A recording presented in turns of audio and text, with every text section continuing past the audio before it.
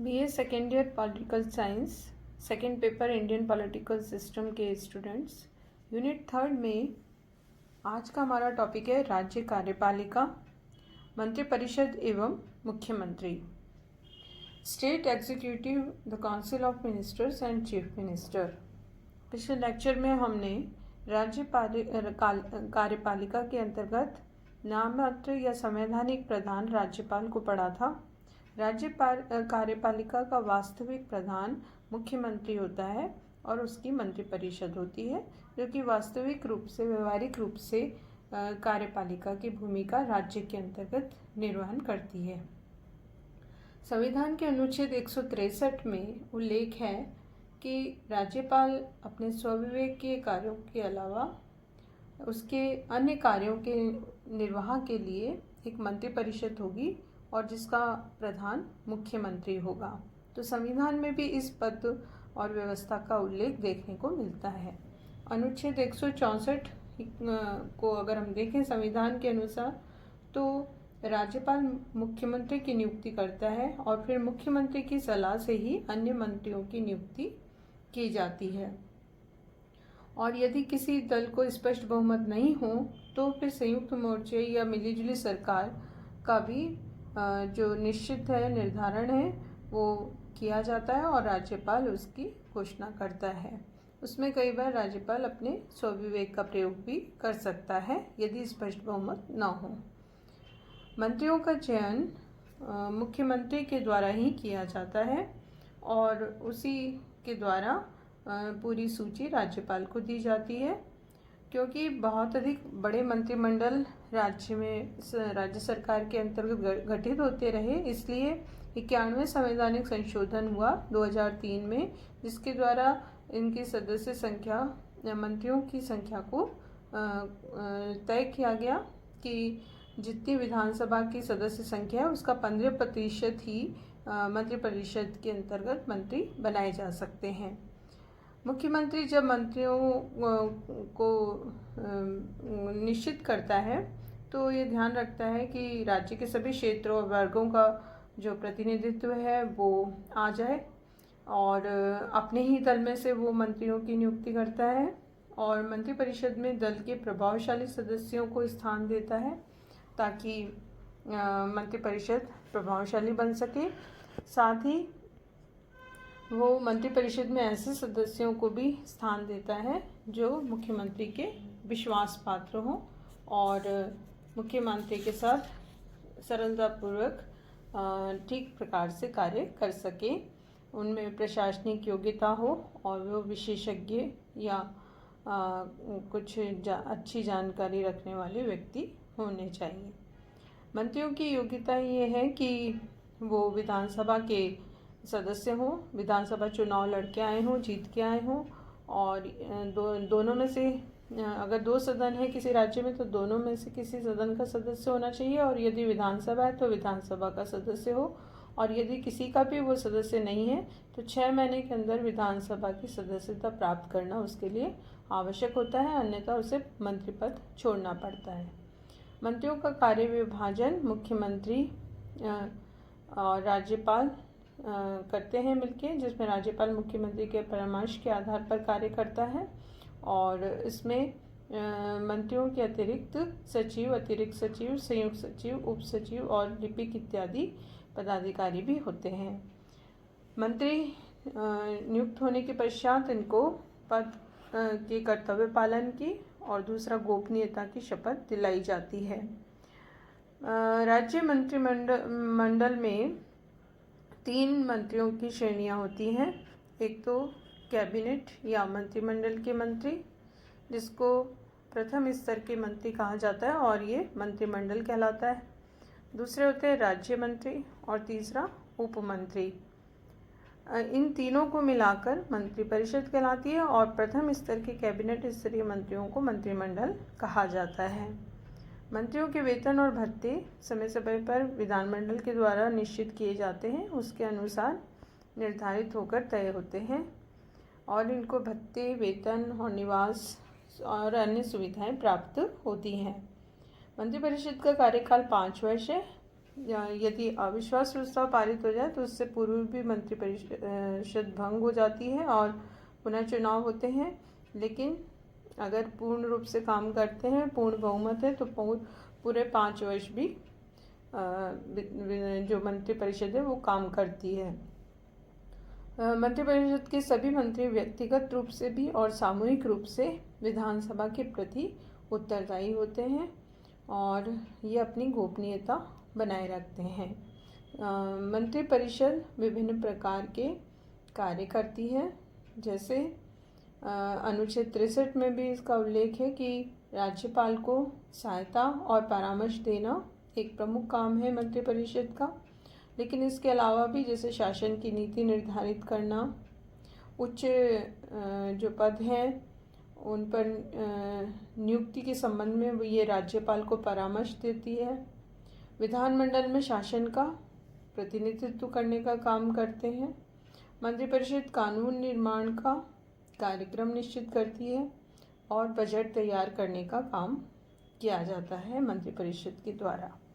तो विभिन्न प्रकार के काम हैं जो संपूर्ण मंत्रिपरिषद मिलकर करती है। इन सभी मंत्रिपरिषद का नेतृत्वकर्ता या राज्य का प्रमुख नेता मुख्यमंत्री है और ये दल का नेता होता है। ये मंत्रिपरिषद का नेतृत्व करने वाला होता है। तो राज्य मंत्रिपरिषद के प्रधान को, वास्तविक प्रधान को मुख्यमंत्री कहा जाता है। मुख्यमंत्री राज्य की कार्यपालिका का वास्तविक प्रधान है और ये केंद्र बिंदु है। संविधान के अनुच्छेद 164 में मुख्यमंत्री की नियुक्ति राज्यपाल के द्वारा बताई गई है और राज्यपाल विधानसभा में जिस दल को बहुमत प्राप्त होता है विधानसभा चुनाव के बाद, उस दल के नेता को मुख्यमंत्री पद पर नियुक्त करता है और मुख्यमंत्री की ही सलाह से अन्य मंत्रियों की नियुक्ति की जाती है। राज्यपाल को इस संबंध में विवेकीय शक्तियों का प्रयोग का भी अधिकार है, लेकिन वो तभी इसका प्रयोग कर सकता है जब विधानसभा में किसी भी राजनीतिक दल को स्पष्ट बहुमत प्राप्त न हो और या फिर विधानसभा के बहुमत दल का कोई सर्वमान्य नेता न हो। सामान्य स्थिति में यदि स्पष्ट बहुमत है तो फिर वो राज्यपाल स्वविवेकी शक्तियों का प्रयोग नहीं करता और जो विधानसभा में बहुमत प्राप्त दल का नेता है उसको मुख्यमंत्री नियुक्त करता है। मुख्यमंत्री विभिन्न प्रकार के कार्य और शक्तियाँ, उसका उल्लेख संविधान में भी है और उसको हम स्पष्ट कर सकते हैं।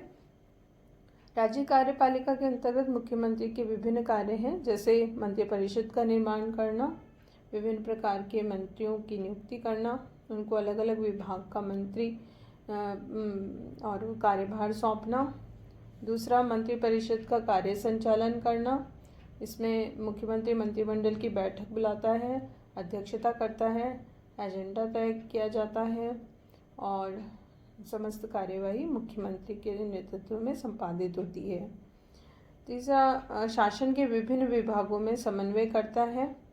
विभिन्न प्रकार के मंत्री और उनके जो विभाग हैं उनके बीच में मतभेद ना हो, गतिरोध ना हो और इसके लिए वह समय समय पे आदेश निर्देश जारी करता है और इनके बीच में आपसी समन्वय भी स्थापित करने का प्रयास करता है। मुख्यमंत्री का एक और प्रमुख काम है मंत्रियों में कार्यों का बंटवारा करना और परिवर्तन करना।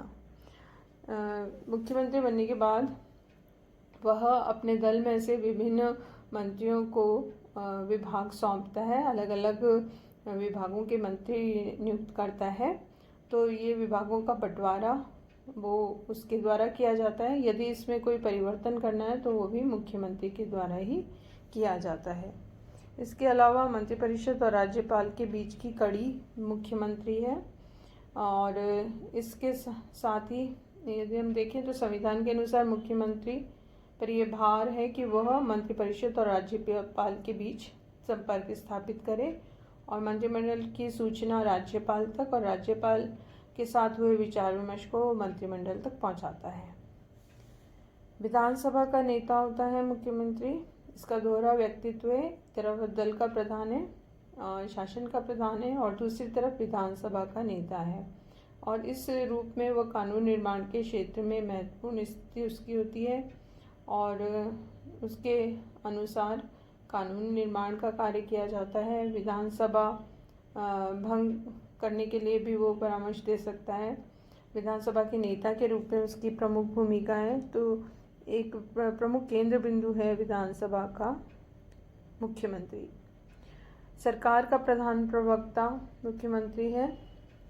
मुख्यमंत्री राज्य का प्रधान प्रवक्ता होता है। राज्य सरकार की ओर से अधिकृत घोषणा मुख्यमंत्री द्वारा की जाती है और कोई भी अगर मंत्रियों के बीच में विरोधाभास स्थिति है तो मुख्यमंत्री के द्वारा ही उसे दूर किया जाता है।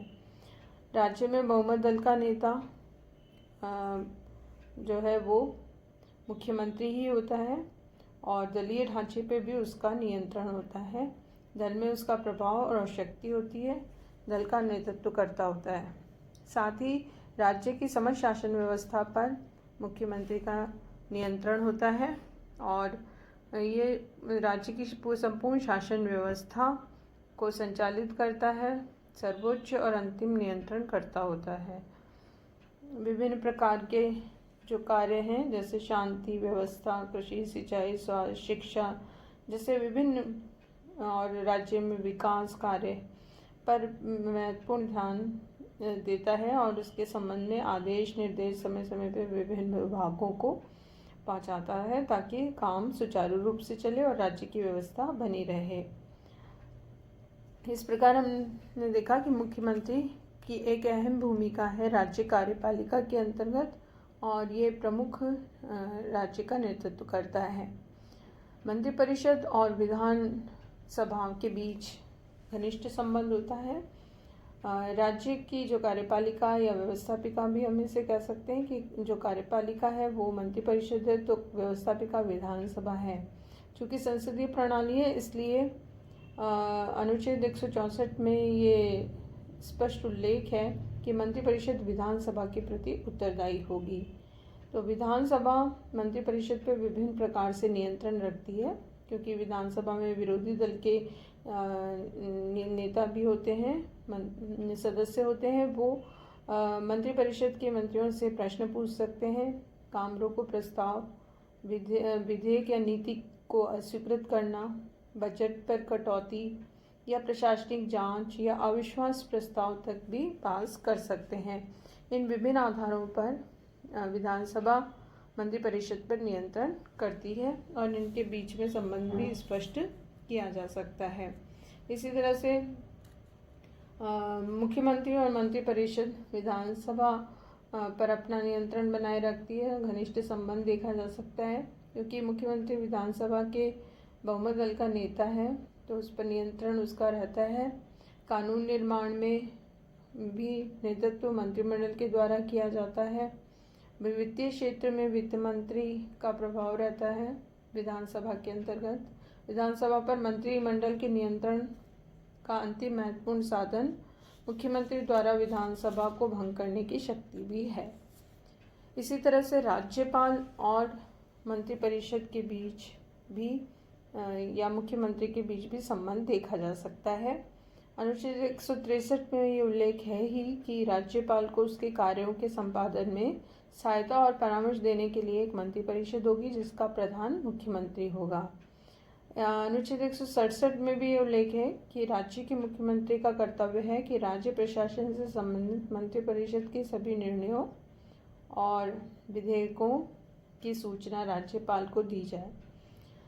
इस प्रकार ये विभिन्न आधारों पर हम देख सकते हैं कि राज्यपाल और मंत्रिपरिषद या मुख्यमंत्री के बीच में आपसी संबंध है और एक दूसरे पर ये नियंत्रण और आपसी जो भी विचार विमर्श है वो बनाए रखते हैं।